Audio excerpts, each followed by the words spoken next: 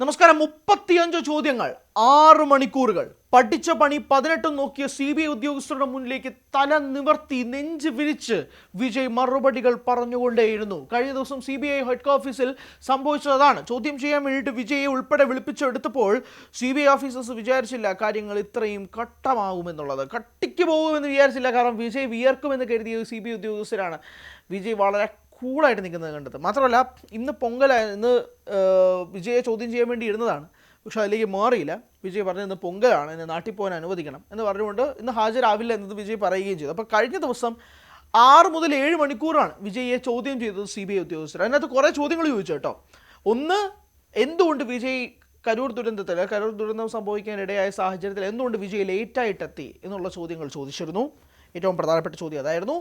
രണ്ടാമത്തെ ചോദ്യം CBI ഉദ്യോഗസ്ഥരുടെ ഭാഗത്തു നിന്നും ചോദിച്ചതെന്ന് പറയുന്നത്, എന്തുകൊണ്ട് അവിടെ സുരക്ഷ ഒരുക്കിയില്ല, നിങ്ങൾ എന്തുകൊണ്ട് സുരക്ഷയുമായി ബന്ധപ്പെട്ടൊരു കാര്യത്തിൽ തീർപ്പുണ്ടാക്കിയില്ല, എന്താ പറ്റിയത്, എന്താ കാര്യം, എന്താ പ്രശ്നം ഉണ്ടായതെന്ന് ചോദിച്ചു. മൂന്നാമത് ചോദിച്ചു, ഈ ദുരന്തം ഉണ്ടായ സമയത്ത് ഈ ആളുകളെല്ലാം കൂടെ ക്രൗഡ് ചെയ്യുന്ന സമയത്ത് നിങ്ങൾ എന്തുകൊണ്ടാണ് പെട്ടെന്ന് അവിടെ നിന്ന് മാറി എയർപോർട്ടിലേക്ക് പോയത് എന്നുള്ളൊരു ചോദ്യം ചോദിച്ചു. അങ്ങനെ പ്രധാനപ്പെട്ടതായി കുറച്ച് ചോദ്യങ്ങൾ വിജയോട് ചോദിച്ചെങ്കിൽ പോലും വിജയ്ക്ക് എല്ലാം കൃത്യമായ മറുപടി ഉണ്ടായിരുന്നു. കൃത്യമായ മറുപടി. വേറൊരു കാര്യം നിങ്ങൾ ശ്രദ്ധിക്കുന്നത്, ഈ TVK ആളുകൾ, വിജയ്, ഇവരൊക്കെ തന്നെ CBI ഓഫീസേഴ്സ് പറയുന്ന സമയത്ത് തന്നെ ഹാജരായിട്ടുണ്ട്. നമ്മൾ സ്റ്റേറ്റിൻ്റെ ഭാഗത്ത് നോക്കിയേ, സ്റ്റേറ്റിൽ നിന്നും വിജയ് കൃത്യമായ അകലം പാലിച്ചിരുന്നു, എതിർപ്പ് പ്രകടിപ്പിച്ചിരുന്നു. കാരണം ഇതൊരു രാഷ്ട്രീയമായ ഒരു പൊളിറ്റിക്കൽ ഗെയിമാണെന്നാണ് TVK നേതാക്കൾ ഉൾപ്പെടെ ആരോപിക്കുന്നത്. സ്റ്റേറ്റിനുള്ളിൽ ഞങ്ങൾ പോവില്ല, കാരണം അവിടെ ഒരു പൊളിറ്റിക്കൽ ഗെയിം നടക്കുകയാണ് എന്നുള്ളതാണ് അവരുടെ ആരോപണം, അല്ലെങ്കിൽ TVK നേതാക്കളുടെ ആരോപണം എന്ന് പറയുന്നത്.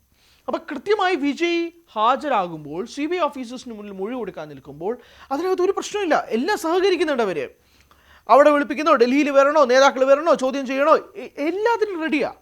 പക്ഷേ നമ്മൾ സ്റ്റേറ്റിൽ കണ്ടതാ, പോലീസ് ഓഫീസേഴ്സുമായിട്ട് അവർ ഒത്തുപോകുന്നില്ല, ഒരു തരത്തിലും സ്റ്റേറ്റുമായിട്ട് ഒത്തുപോകുന്നില്ല. ഇതിനകത്തൊരു ഗൂഢാലോചന ഉണ്ടെന്ന് TVK നേതാക്കൾ വീണ്ടും ആരോപിക്കുന്നു, വിജയും ആരോപിക്കുന്നു. CBI ഓഫീസേഴ്സിന് മുന്നിൽ വിജയ് പറഞ്ഞിരിക്കുന്നത് ഇതൊരു ഗൂഢാലോചനയാണ് എന്നുള്ളത് തന്നെയാണ്. അപ്പോൾ കൃത്യമായിട്ട് ഗൂഢാലോചന ഉണ്ടെന്ന് വിജയ് പറയുമ്പോൾ അത് തള്ളിക്കളയാൻ പറ്റില്ല. നമ്മൾ ശ്രദ്ധിക്കണം. പിന്നീട് ജനനായകൻ എന്ന സിനിമയുമായി ബന്ധപ്പെട്ട് അത് സുപ്രീം കോടതി നിൽക്കുകയാണ്. അതിന് എന്താകുമെന്ന് അറിയില്ല. കാരണം ഇലക്ഷനും കാര്യം പ്രഖ്യാപിച്ചു കഴിഞ്ഞാൽ പിന്നെ ഈ സിനിമ ഇറക്കാൻ പറ്റില്ല. ഇലക്ഷൻ പ്രഖ്യാപിച്ചു കഴിഞ്ഞാൽ ഒരു തരത്തിലും അവിടെ മത്സരിക്കുന്ന ആളുകളുടെ ഒരു തരത്തിലുള്ള ആക്ട് പറ്റില്ല. സിനിമയൊക്കെ ചവിട്ടുകൂട്ടി എറിയേണ്ടി വരും.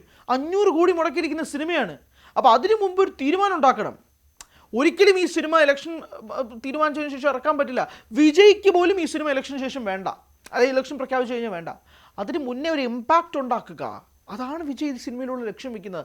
അതിന് തടയിടാൻ ശ്രമിക്കുകയും കൂടി ചെയ്യുകയാണ് ഇവിടെ CBFC പറ്റി പറയുമ്പോഴേക്കും ഒരുപാട് ചോദ്യങ്ങൾ വരും. തമിഴ്നാട് രാഷ്ട്രീയത്തിൽ മാത്രമാണോ, അതോ CBFC ഗവേൺ ചെയ്യുന്ന സെൻട്രൽ മിനിസ്റ്റർ ഉൾപ്പെടെയുള്ളതാണ്. ഇത് BJPയും DMKയുമാണ് ഉദ്ദേശിക്കുന്നത്. അതിനിടയിൽ BJP അലയൻസ് TVKയുമായിട്ട് ഉണ്ടാക്കാൻ ശ്രമിക്കുമോ? ഒരുപാട് ചോദ്യങ്ങളുണ്ട്. ഇപ്പോൾ കഴിഞ്ഞ ദിവസം തമിഴ്നാട്ടിൽ വന്നിരുന്ന അമിത്ഷാ അവിടെ ഭരിക്കാനുള്ള സാധ്യത ഉണ്ടെന്ന് പറയുമ്പോഴേക്കും അത് TVKയുമായിട്ടുള്ള അലയൻസ് സെറ്റപ്പ് ചെയ്യാൻ വേണ്ടിയിട്ടാണെന്ന് ചോദ്യമുണ്ട്. അങ്ങനെയാണെങ്കിൽ അത് TVKയുടെ അധ്യക്ഷനായി വിജയ് സമ്മതിക്കുമോ എന്നുള്ള ചോദ്യമുണ്ട്. CBI ഓഫീസേഴ്സിന് മുന്നിൽ എത്തുമ്പോൾ പോലും അതൊരു BJP അലയൻസുമായിട്ട് ബന്ധപ്പെട്ടൊരു പൊളിറ്റിക്കൽ ഗെയിമാണെന്നുള്ള ചോദ്യമുണ്ട്. അപ്പോൾ ഇതുപോലെ കുറേ ചോദ്യങ്ങൾ ഇവിടെ നിൽക്കുന്നുണ്ട്. TVKയ്ക്ക് ഒറ്റയ്ക്ക് ഇവിടെ വിത്ത്സ്റ്റാൻഡ് ചെയ്യാൻ പറ്റുമോ തമിഴ്നാട് രാഷ്ട്രീയത്തിൽ? വളരെ നിർണായകമായ ചോദ്യമാണ്. അതിന് വേണ്ടിയിട്ട് അവർക്ക് ആരെങ്കിലുമായിട്ട് അലയൻ ചെയ്യണമോ? വളരെ നിർണായകമായ ചോദ്യമാണ്. അങ്ങനെയാണെങ്കിൽ അത് BJP ആയിരിക്കുമോ എന്നുള്ള ഏറ്റവും പ്രധാനപ്പെട്ട ക്വസ്റ്റ്യൻ മാർക്ക് അവിടെ നിൽക്കുകയാണ്. അപ്പോൾ ഇതുപോലുള്ള സംഭവങ്ങൾ അവിടെ നിൽക്കുമ്പോഴാണ് വിജയ് ഒരു തരത്തിലും അതുമായിട്ടുള്ള മറുപടി ഒന്നും പറയുന്നില്ല. നിങ്ങൾ എന്നെ ചോദ്യം ചെയ്യാൻ വേണ്ടി വിളിപ്പിച്ചു, കരൂർ ദുരന്തവുമായി ബന്ധപ്പെട്ടുള്ള ചോദ്യങ്ങൾ ചോദിക്കുന്നു, ഞാൻ അതിന് മറുപടി പറയുന്നു. പക്ഷേ നിങ്ങൾ എന്നെ ഇന്നൊന്ന് അവോയ്ഡ് ചെയ്ത് തരണം, കാരണം തമിഴ്നാട്ടിൽ പൊങ്കലാണ്, എനിക്ക് നാട്ടിൽ പോകണം. CBI ഓഫീസേഴ്സ് അംഗീകരിക്കുന്നു, ഓക്കെ.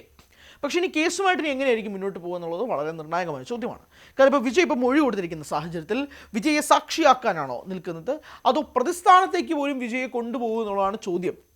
പ്രതിസ്ഥാനത്തേക്ക് വിജയെ കൊണ്ടുപോകാനുള്ള സാധ്യതകൾ വളരെ കുറവാണ്. സാക്ഷിയാക്കാൻ തന്നെയായിരിക്കും സാധ്യത.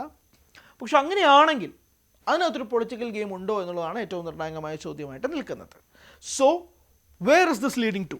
CBI ഓഫീസേഴ്സ് വന്ന് കരൂർ ദുരന്തം സംസാരിക്കുന്ന ഒരു ഘട്ടത്തിൽ നിൽക്കുമ്പോൾ ഡൽഹിയിൽ സുപ്രീം കോടതിയിൽ മറ്റൊരു കാര്യം നിൽക്കുന്നത് ജനനായകൻ്റെ റിലീസാണ്. അപ്പോൾ ദിസ് ടു അലൈൻസ് ടുഗെദർ, ഇത് രണ്ടും കൂടി സംസാരിക്കുമ്പോഴാണ് വിജയ് ഈ രണ്ട് കാര്യത്തിലും ഇതിൻ്റെ നട്ട് കഷ്ണമായിട്ട് ഇങ്ങനെ നിൽക്കുന്നത്. അതുകൊണ്ട് തന്നെ വളരെ നിർണായകമായ ദിവസങ്ങളാണ് ഇനി വരാൻ പോകുന്നത്. തമിഴ്നാട് രാഷ്ട്രീയം പോലും ഒരു പക്ഷേ ഏറ്റവും അധികം ഉറ്റുനോക്കുന്ന ദിവസങ്ങളാണ് ഇനി വരാൻ പോകുന്നത്. ഇലക്ഷൻ വരെ ഇലക്ഷൻ വരെ തമിഴ്നാട് രാഷ്ട്രീയം ഇങ്ങനെ കത്തിക്കൊണ്ടിരിക്കും, ഒരു തർക്കവും വേണ്ട. അതിന് ഏറ്റവും പ്രധാനപ്പെട്ട മണ്ണെണ്ണയായിട്ട് മാറാൻ പോകുന്നത് TVKയും വിജയും തന്നെയാണ്. ഇനി ജനനായകൻ ഇറങ്ങുമ്പോഴേക്കും ആരാധകർ ഇത്രയധികം വെയിറ്റ് ചെയ്തുകൊണ്ടിരിക്കുന്നതിനാണ്. അത്രയധികം അവർ സിനിമ ആഘോഷിക്കും. സിനിമ വർക്കായാലും ഇല്ലെങ്കിലും അവർ ആഘോഷിക്കും. കാരണം അവരുടെ വെയിറ്റിംഗ് പീരീഡ് 9-ാം തീയതി റിലീസിനേണ്ട സിനിമയാണ്. അടുത്ത ഹിയറിംഗ് ഇനി 21-ാം തീയതി എന്നാണ് ഡിവിഷൻ ബെഞ്ച് പറഞ്ഞേക്കുന്നത്. ഹിയറിംഗ് ആണ് 21-ാം തീയതി, വിധിയല്ല. ഇനി ഹിയറിംഗും കഴിഞ്ഞിട്ട് ഇനി വിധി എന്താണെന്നുള്ളത് അവർക്കും അറിയില്ല. അപ്പോൾ ഈ സാഹചര്യങ്ങളെല്ലാം നിൽക്കുമ്പോഴാണ് ഇങ്ങനൊരു കളികളും അതിനിടയിൽ നടക്കുന്നത്.